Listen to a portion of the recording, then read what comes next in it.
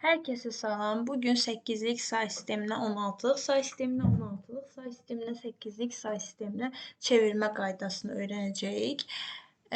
Gəlin başlayaq.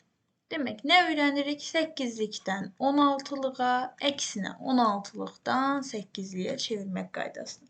Bunlar arasında birbaşa keçid yoxdur. Yəni 8'likdən 16'lığa, 16'lıqdan 8'liyə birbaşa keçid yoxdur.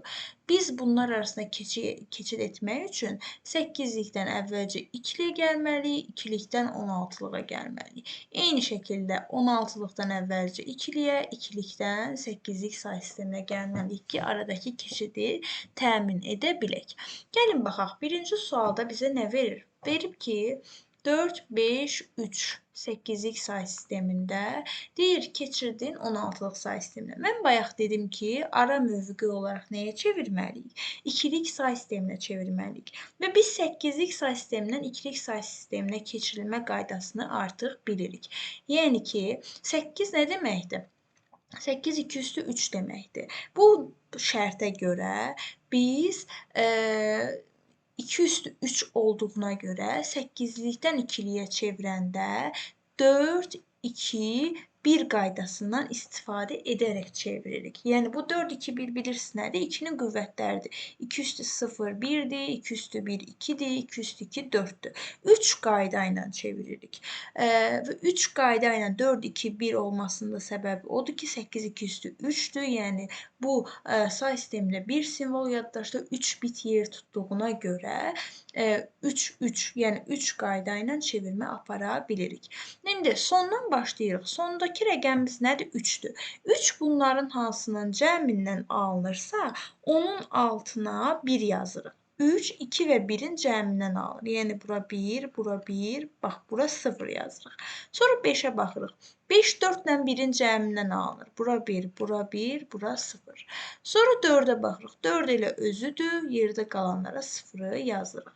İndi buradan, bax bu hissədən 2'liyə gələndə belə yazılır. 4'ün qarşılığı nədir? Bax burada sondan başlayıb yazırıq da. Çünki 4'ün qarşılığı sonda olandır. 4'ün qarşılığı 1, 0, 0'dır.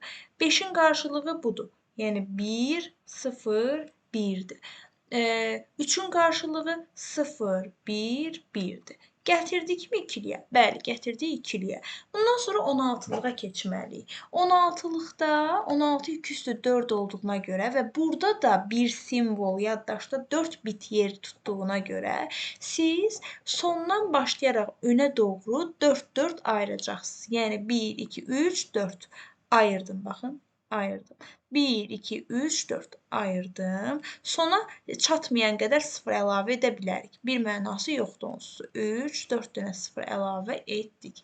İndi burada 16'lığa keçid qaydasında üstlər nömrələnmə üsulu ilə keçirilir. Yəni üstlər 2'nin qüvvətləri ilə 8, 4, 2, 1 olaraq nömrələnir. 8, 4, 2, 1 olaraq. 8, 4, 2, 1 olaraq. İndi altında 0 olanları hesablamırıq. Amma 1 olanların üstünü cəmləyirik. Yəni 8'in üzərinə 2, 10, onun üzərinə 1 verdi 11'i. Amma 16'lıq say sisteminin ədədləri 0-dan 9'a qədər yerdə qalanlar A, B, C, D, Y, F kimi yazılır. A 10'dur, B 11'dir, 12'dir, 13'dür, 14'dür, 15'dir. İndi bizdə 11 nə oldu? B. Demək, buraya yazırıq biz B-ni. Sonra davam edirik. Bu üstündə, altında yəni 0 olanları saymırıq. Nə qaldı? 2. 2'nin olduğu kimi yazırıq. 0 olanları saymırıq.